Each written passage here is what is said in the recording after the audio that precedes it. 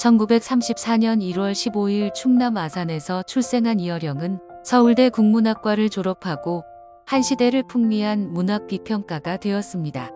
그러나 그는 비평가라는 직함에 가둘 수 없는 인물입니다. 왜냐하면 국문학자, 소설가, 언론인, 교육자, 시인이자 수필의 희곡까지 써낸 작가이기 때문입니다. 그는 정치인, 관료로서 초대 문화부 장관을 지냈으며 1988년 서울올림픽의 개회식과 폐회식을 세계적인 문화 이벤트로 만든 문화기획자입니다. 그는 한국 고전 문학의 연구자이며 나라 안팎의 이름이 널리 알려진 교수였습니다. 1963년 8월 12일부터 10월 24일까지 경향신문에 연재한 흙 속의 저 바람 속에는 하잘것없는 단서에서 우리 문화와 의식의 실체를 찾아낸 그의 천부적인 관찰력이 돋보이는 글입니다. 에세이의 진수를 보여준 흙 속의 저 바람 속에는 입체적이며 지성적인 한국론입니다. 흙 속의 저 바람 속에는 1963년 현암사에서 단행본으로 나온 뒤 1년 동안 국내에서만 10만 부가 나가고 해외에서도 베스트셀러가 되는 진기록을 세웁니다. 컬럼비아 대학교 등에서 동양학 연구자료로 쓰이기도 한 흙 속의 저 바람 속에는 일본 학계에서도 적지 않은 반향을 일으켜 이 책을 읽은 후쿠오카 프로듀서에 의해 봉선화라는 다큐멘터리가 제작되며 타이완에서는 기사기풍이라는 제목으로 번역 출판되어 40만 부가 넘게 팔려나간 이 책의 인쇄로 이어령은 신당동에 집까지 마련합니다. 그는 1972년 문학사상을 창간해 한국 문학을 지탱하는 문학잡지로 키워냈고 한국을 대표하는 지성으로서 200여 권의 저서를 펴냈습니다. 이어령은 1982년 일본에서 1년 동안 머물며 연구 생활을 한 뒤 일본 문화를 일본어로 비판한 축소지향의 일본인을 내놓습니다. 일본 사회의 이어령 신드롬을 일으킨 이 책은 한국과 일본에서 인쇄를 거듭하며 장기 베스트셀러에 오릅니다.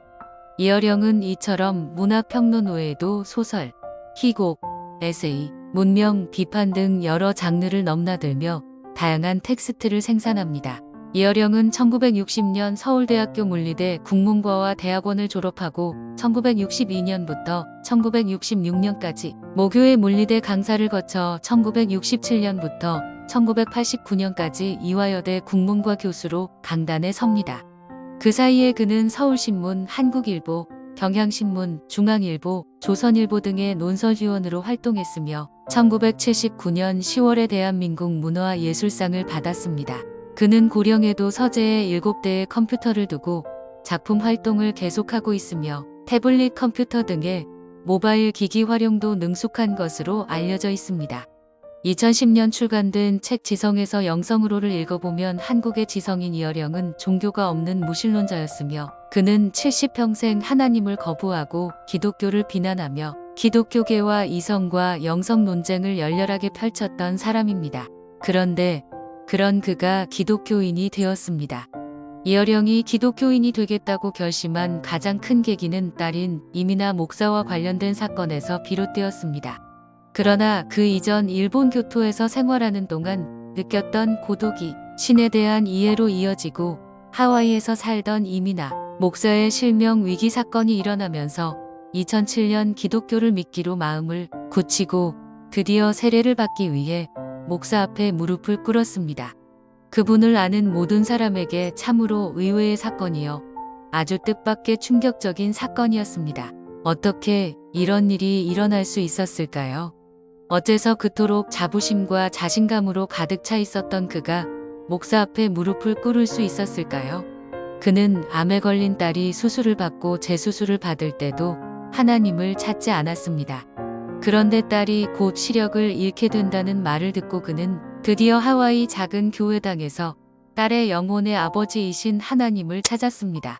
그는 이렇게 하나님께 기도합니다. 하나님, 이 찬란한 빛과 아름다운 풍경, 생명이 넘쳐나는 이 세상 모든 것을 당신께서 만드시지 않으셨습니까? 그런데 왜 당신의 딸 미나에게 그 빛을 거두려 하십니까? 만약 미나가 어제 본 것을 내일 볼 수 있고 오늘 본 내 얼굴을 내일 또 볼 수만 있게 해주신다면 저의 남은 생을 주님께 바치겠나이다. 딸의 고난 앞에서 무신론자 아버지는 어찌할 수 없는 서약을 하고 말았습니다.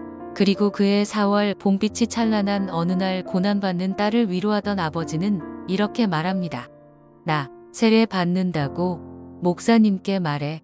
이 말이 풋풋한 새벽 공기를 가르며 퍼져나갔습니다.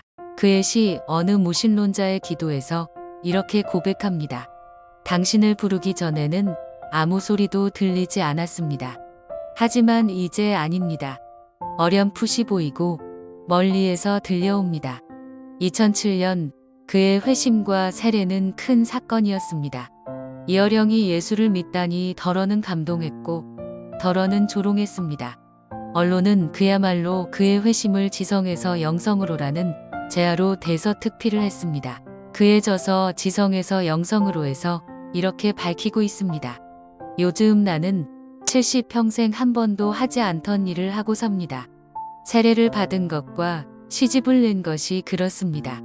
나이를 많이 먹은 사람들이 평소에 하지 않던 일을 하면 망령이 낫다고들 합니다. 요즘엔 그것을 점잖게 알츠하이머라고 부르기도 하지요. 그래서인지 사람들은 나를 만나기만 하면 꼭 그에 대해 질문을 합니다. 어쩌다가 예수를 믿게 되었느냐는 것입니다. 질문은 한 가지이지만 묻는 사람들의 말투는 제각각 다릅니다. 예수님을 이웃집 강아지 이름 부르듯이 하는 안티크리스천들은 경멸조로 묻고 카미의 경우처럼 신 없는 순교자를 자처하는 예술가들은 배신자를 대하듯 질책하는 투로 말합니다. 다른 종교를 믿고 있는 사람들은 아쉬운 표정으로 금시 혀라도 찰듯이 혹은 한숨을 쉴 것처럼 낮은 목소리로 질문을 합니다. 심지어 어떤 친구는 예수쟁이 됐다면서 라고 내뱉듯이 비웃습니다. 오랜 세월 글을 써왔지만 누구도 내 면전에 대고 글쟁이라고 욕하는 사람은 없었지요. 그런데 말입니다. 세례를 받자마자 어느새 나를 쟁이라고 부르는 사람들이 이따금 생겨난 것입니다. 예수쟁이라고 욕하는 사람들은 스스로 자신이 욕쟁이라는 것을 알 것입니다. 그러기 때문에 나는 아무 대꾸도 하지 않아요. 화내지도 않습니다. 세례를 받자마자 갑자기 성인이 돼서 그러는 게 아닙니다. 그들의 얼굴과 거동에서 나 자신이 그동안 걸어왔던 외롭고 황량한 벌판을 보았기 때문입니다. 남을 찌르지 않고서는 살아갈 수 없는 사막의 전갈 같은 슬픈 운명 말입니다.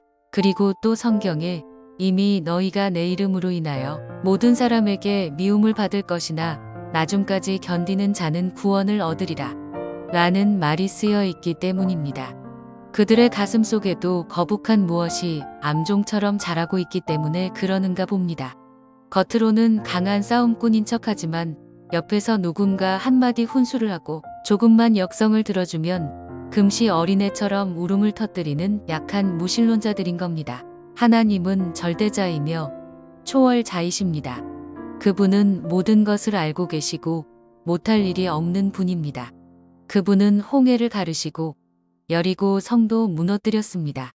하나님은 거대한 장벽과 같은 이어령의 이성과 지성을 무너뜨렸습니다.